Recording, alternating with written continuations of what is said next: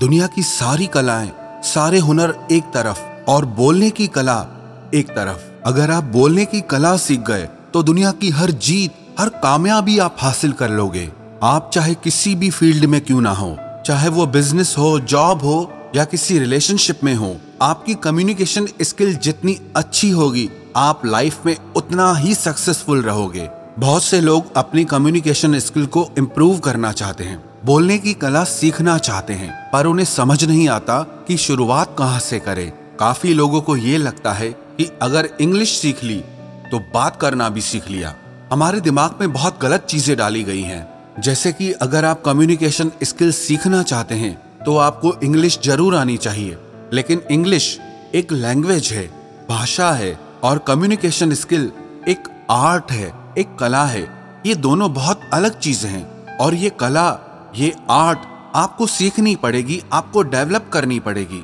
पर मैं आपको सजेस्ट करूंगा कि आप अपनी मातृभाषा में ही बोलने की कला को सीखें।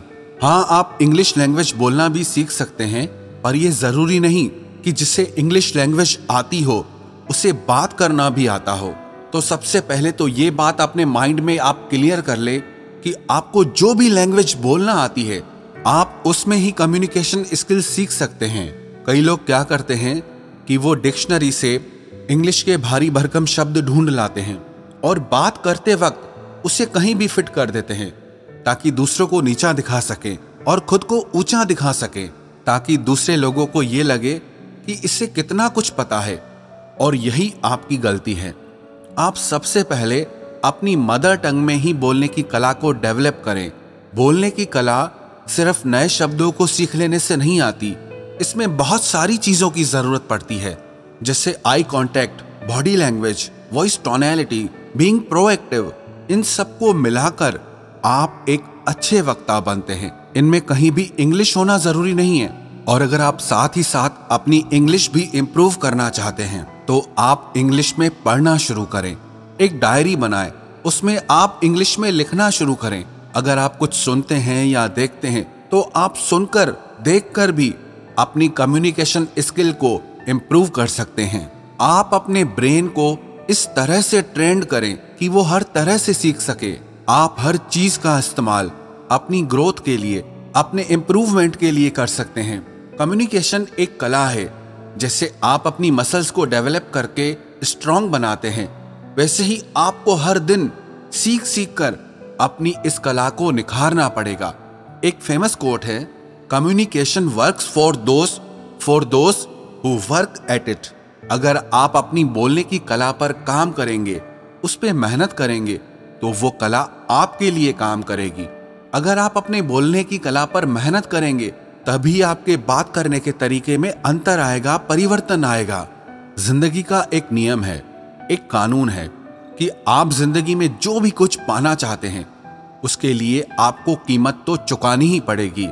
If you want something you must pay the price, nothing is free.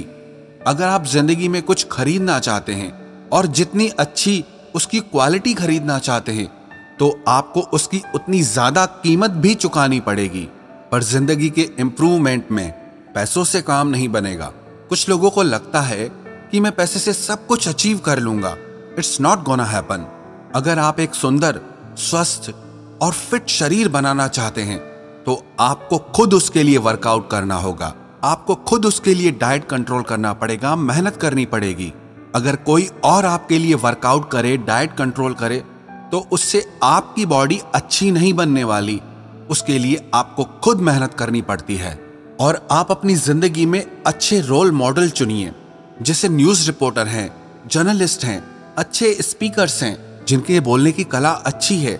आप उन्हें सुनिए, उन्हें ध्यान से देखें कि कैसे वो अपनी बातों से, अपने शब्दों से सब लोगों को प्रभावित कर देते हैं।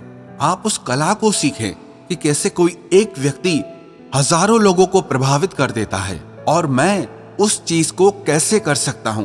कहते हैं कि शब्द हमारे बोलने की कला का सिर्फ 7% हिस्सा होते हैं। बॉडी लैंग्वेज बहुत इंपॉर्टेंट है। आपकी आवाज, आपके बोलने का तरीका, आपका बॉडी पोस्चर, आपके बोलने का टोन, आपके बोलने का साउंड, ऐसी बहुत सारी चीजें हैं। सिर्फ शब्दों को सीख लेने से आप बोलने की कला में एक्सपर्ट नहीं हो जाएंगे, साथ ही साथ आपको ये सारी चीजें सीखनी पड़ेंगी। अगर आप मन में ये सोच ले कि मुझे इस कला को सीखना है क्योंकि मुझे इस कला से बहुत फायदा होने वाला है।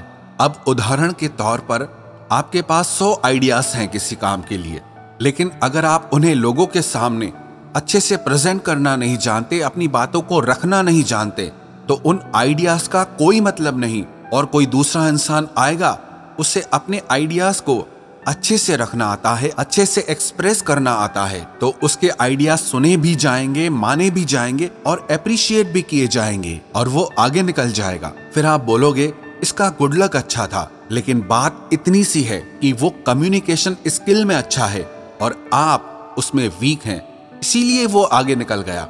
लेकिन आप भी अपनी कम्युनिकेशन स्किल को डेवलप कर सकते हैं। कोई भी इंसान पैदा होने के साथ बोलने की कला को सीख के नहीं आता है। हर किसी को इसे सीखना और समझना पड़ता है। जैसे कि आप अपनी मसल्स पे जितना ज्यादा मेहनत करेंगे वो उतना स्ट्रांग हो जाएगी, ऐसे ही आप इस पर जितनी मेहनत करेंगे उतना ही आप इसमें अच्छे होते जाएंगे। आपको जहां बात करने में डर लगता है, आप वहां जरूर बात करें। पब्लिक स्पीकिंग से, माइक पे बोलने से बहुत लोग डरते हैं। लोग रिजेक्शन से डरते हैं कि लोग मेरे बारे में क्या सोचेंगे, लोग मुझ पर हंसेंगे। लेकिन याद रखना, जब तक आप अपने आप को अपने कंफर्ट जोन से बाहर नहीं लाएंगे, खुद को ऐसे अनकंफर्टेबल जोन में नहीं डालेंगे, तब तक आप कुछ नहीं सीख पाएंगे। लेकिन आप अपने आप को उन सिचुएशंस में डालें जहां आप अनकंफर्टेबल हो रहे हों। ऐसा करने से आप फुल स्पीड में सीखना और समझना शुरू कर देंगे। और अगर आप अपने कंफर्ट जोन में ही पड़े रहेंगे तो आपको वही मिलेगा जो आपको आज तक मिलता आया है। आप जहां हैं, जैसे हैं, वैसे ही रहेंगे, वही करते रहेंगे जो आप हमेशा से करते आ रहे हैं, तो आपको कुछ नहीं मिलने वाला, आप कुछ नहीं सीख पाएंगे। पागलपन की एक परिभाषा ये भी है कि रोज रोज वही काम करते रहो और शाम को जाके भगवान से प्रार्थना करो कि हे भगवान, मेरी किस्मत बदल दो। किसी कवि ने क्या खूब लिखा है, खुदा ने उस शख्स के हालात कभी नहीं बदले, ना हो जिसे ख्याल खुद अपने हालात बदलने का। तो इसीलिए आप भी आज ये तय कर लो कि आपको अपने हालात खुद बदलने हैं और इसी साल में बदलने हैं। अगर कुछ सीखना चाहते हो ना, अगर कुछ बनना चाहते हो, तो वो करो जो आपको मुश्किल लगता है, तो वो करो जो आपने आज तक नहीं किया। आप वो करो जिसे करने में आपको डर लगता है, जो आपको मुश्किल लगता है। सिंपल सा रूल है, if you want something you must pay the price.